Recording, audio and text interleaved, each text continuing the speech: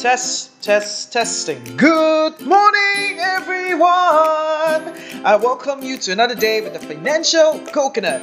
In our podcast, we'll be debunking financial myths, discovering best financial practices, discussing financial strategies that fits our unique lives. You get it! Ultimately empowering us to live a life we love while managing our finances well. Whether you're interested in the pursuit of the common narrative, getting a degree, finding a job, setting up a family, live happily ever after.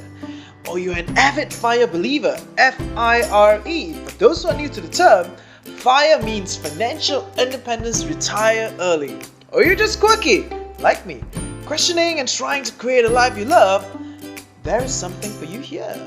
So whether you're on your way to work, to school, chilling by the beach, or just cuddling, snuggling in bed, today's topic is smart side hustling. Recently, I'm sure if you're on social media, whether it's Instagram, Facebook, YouTube, anywhere you go, you see tons and tons of ads. It's like you can be the next millionaire. You can join Amazon. Become the next Amazon millionaire. You can, quit your job and make money. Something you need to learn how to trade, learn how to, make options, invest in the stock market, blah, blah, blah, blah, blah, blah. Either way, everyone is trying to get an extra income. And in this day of the gig economy, where it's just very prevalent, there are a lot of interesting platforms out there where you can, make a little bit of side income. People have coined this new term called a side hustle. And I get it. Following the previous episode about income realities, many people are curious, so how can I make more income? Of course, if you have not watched the previous, episode, go and watch the previous episode about, paycheck realities. But today we're going to talk a little bit more about how do we be a smart side hustler. We want to make some side income, want to make some extra income, while we develop our main income, while we develop our skill set, to then be able to change to a department, join a bigger company, join a bigger platform. We still kind of want to, make some side income. So to me, I thought, these days there are many ways and many platforms and many people trying to tell you, follow their strategy, follow their, their system, and you're going to make some side income. But to me, I find a lot of them very questionable, and that's why I decided to do this topic for today. To be a smart side hustler, the first point I'm going to share with you today is to go for your natural side hustle. And what do I mean by natural side hustle? Think about it. You're listening to my podcast. Today you're probably like early 20s, early 30s. If you're older, that's cool. If you're younger, that's cool too. But I'm expecting people to be about 20, 30s to be listening to a podcast like this. And you've lived 20, 30 years. Along the way, you went to school, you pick up a sport in school, you join a CCA, like in Singapore, tons of CCA everywhere, the school is very well funded. You get to learn instruments, you get to learn a sport, you get to join a community, all sorts of stuff. And then you go to the university or you come out to work, you try a lot of interesting different jobs and small little skill set and hobbies along the way. So I'm assuming that everyone has picked up many skills and experiences along the way. You don't actually need to, learn a new thing to create a side hustle. There are many things that you already have, many experiences that you already have that can become your natural side hustle. So some things like, if you're really good with your studies, teach tuition. That's your natural side hustle because you're already good at it. You already know what to do. You know how to beat the exam. Or you love to play board games, you can always teach people how to play board games. I'm sure there are people that are interested and don't mind paying a little bit more on the weekend together at maybe a cafe or your place, play board games together and learn the tricks from the pro. So, you get it. The idea is that there are many skills and many experiences that you've already had growing up, and all these things can become your natural side hustle because there are so many more platforms out there, whether it's meetup.com, whether Instagram, Facebook. There are so many ways to make a little bit of extra income along the way. You don't need to pay a few $1,000s to pick up a whole new skill. And yes, if you have some interesting side hustle, I want to hear from you. Email me at thefinancialcoconut@gmail.com. If it's interesting, we'll talk about it in another series. either way, what I'm trying to say is that you don't need to pay a lot to start from ground zero to make a side income. You already have something, and if you don't know it, ask a friend. What do they remember you for? What are you good at? Blah blah blah. Go ahead and ask. You definitely have something. And brings me to my second point. If you truly believe that you have nothing, or you have, as of now, your skill set and your experiences are not valued by the market because you're trying to get some pay, right? The market needs to value what you do. So as of now, the market doesn't value what you do yet. Maybe you learn to make clay. I know a friend who made, vases, and it's amazing. But maybe the market doesn't value as much, so you don't get paid as much, and then you feel that, yeah, maybe I want to learn something. I really want to go learn something that the market values more, maybe like investing, maybe like trading, maybe like design work, how to draw a logo, coding, all these kind of stuff. Yes, there is a market. you know there is a market here. Demand supply dictates the price. Fair. So if you really want to learn from zero to create your side hustle, then go to the library. The National Library of Singapore is amazing. I don't know when was the last time you went to the National Library, but every time I'm there, I'm wowed by the amount of resources at the library. I would think that the National Library Board should redefine themselves as the National Resource Board. They just need to buy some like VR, AR headsets, get more digital stuff like iPads and recording systems, everything, and they can be the resource center for our citizens to be able to have connection to the digital economy, to be able to create side hustles, and there you go. Ultimately, what I'm trying to say is that there are a lot of free resources around, and the library has tons of books. So read, read, and read. And some people tell me, I don't like to read, man. Like, it's so boring. Wow, very sad. Why do you want to read? What I feel is that you've not found a book that you love. That's it. Because we all read. We read blog posts. We read, Facebook posts. We read the newspaper. We read anything, and some things that interest us, we read. Even though it is a simple blog post that tells you the 20 best places to eat in Clementi, you read it, right? So it's not that you don't like to read, you just maybe want something that is more pictorial, more engaging, and a content that you love. So not everybody needs to read like, how to invest in the stock market, or how to code for dummies, whatever those kind of stuff. You can pick up a book that is more aligned with your interest. Like one of the books that I saw recently at the National Library at Tampines, I saw this book about the origins of coffee, and it has a lot of pictures inside. It tells me everything. Oh, in this part of the world, they grow coffee that's sweeter, more floral, and the other side is a bit more bitter. And where did it come from? How long has this been around? What is the kind of roast that they do? And I personally think it's pretty interesting. Although I'm not a huge coffee fan, I think a lot of Singaporeans are interested in coffee. So maybe that's a book that you'll be interested. The National Library has tons of books, and let me share with you something from someone that has, for me, someone that has tried to write a book.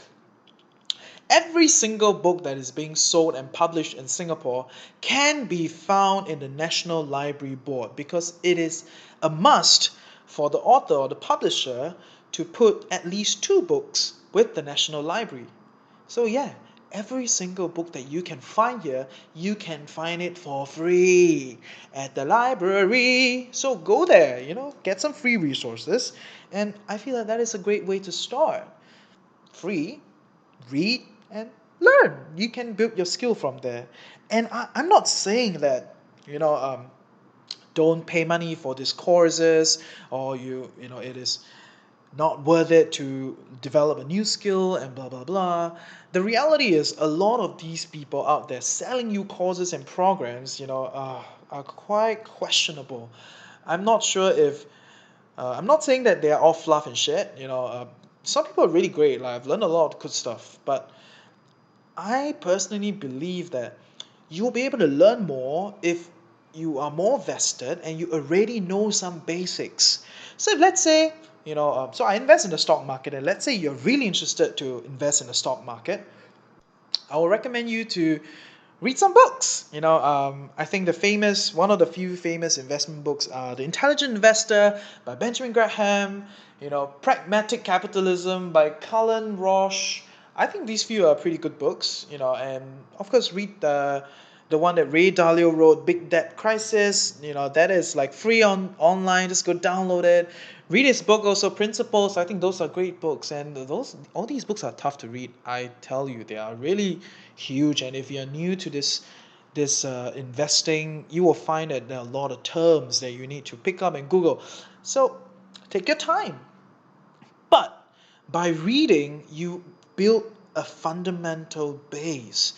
You validate on whether you're really interested in this thing, whether you can really pull through, reading the book. If you cannot even finish reading the book, why pay 5,000 or 10,000 to go for a course? And you probably will never pick up the skill because you're not even vested enough to finish a book that is, related to the course. So what I'm trying to tell you is that you don't need to pay so much to go for the course first. Go to the library, get a book, validate yourself. Make sure that, hey, I really kind of like this thing. I don't mind paying a little more to go for the course because I already validated myself. And when you already have some basics, you can go in and you learn more, you learn faster, right? And I think that is cool.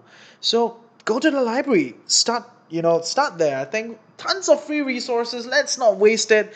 Beautiful place. Go. And of course, it brings me to my third point.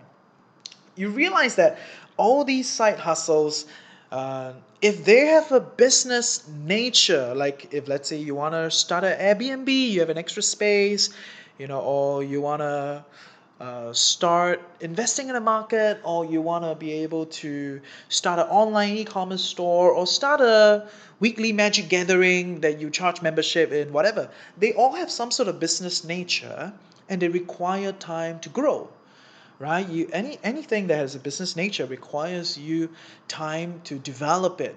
So that is a side hustle that requires you to really hustle a little bit more. But if you are in a hurry, you want to make money fast. Brings me to my third point: get a part-time job. A part-time job essentially is an old way of saying side hustle. Hey, I have a new side hustle at the cafe being a barista. 10 years ago, you'll be called, oh, I'm doing a part-time job at this cafe. You see? So it's just a rebranded thing. But why is it important? Because I personally believe that the fastest way to make money is to pick up a job because you exchange your time for money, and it's okay. That is where we start. So if you're really in need for money, go get a job, work weekends, do events, just do some side jobs and settle whatever you need urgently first. Once you've done with your urgent matters, then we talk about how do we build, sustainable long-term side hustle income, which can be converted to full-time over time. All these takes time. So to be a smart side hustler, you need to know where you're at. Are you doing fine and just trying to explore something different because you're so good at what you do? You're getting a little bit bored at the office, Like the other day, I had a friend, we were talking, and she was like, I'm so bored. I'm a hotel manager and I'm so good at it. It's getting boring. And it's cool, because if you keep doing the same thing, you naturally become good at it. So now that you're bored, what does she want to do? She was like, oh, maybe I want to organize some soap making workshops on the weekend. I was like, cool, do it. Because her goal is expression, her goal is creativity. It's not just about making money fast, right? So if her goal is to do something like that to express herself, go ahead. That is a great side hustle.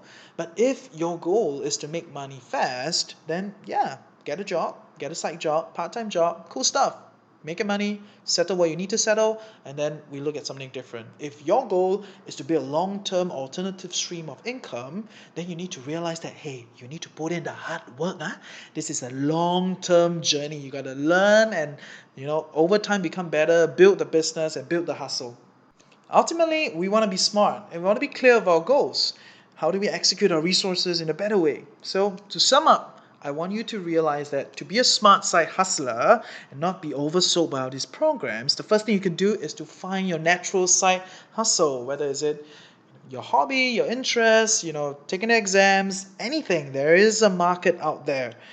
And the next point is, if you really need to start from ground zero, go to the library. There are tons of resources there. Pick up a book, learn something, go ahead, right? And the last point is, if you need to realize that building a side hustle takes time. So if you're in a hurry, get a job, get a part-time job. That is a great side hustle too. So yeah, that's it for today. I hope you learned something. See ya. Testing. Hey, I hope you learned something useful today and truly appreciate that you took time off to better your life with the financial coconut. Knowledge is that much more powerful and interesting when shared, debated, and discussed. I hope you will share what you have gained today with the people you love, and I want to hear from you. Give me some questions. Help me along with building our community of financially savvy coconuts. I hope together we can fulfill our curious minds and desire for clarity. Email me at thefinancialcoconut@gmail.com. I will do my best to address your questions in future podcast series, especially if many are concerned about the same topic. With that, have a great day ahead, stay tuned next week, and always remember, personal finance can be chill, clear, and sustainable for all.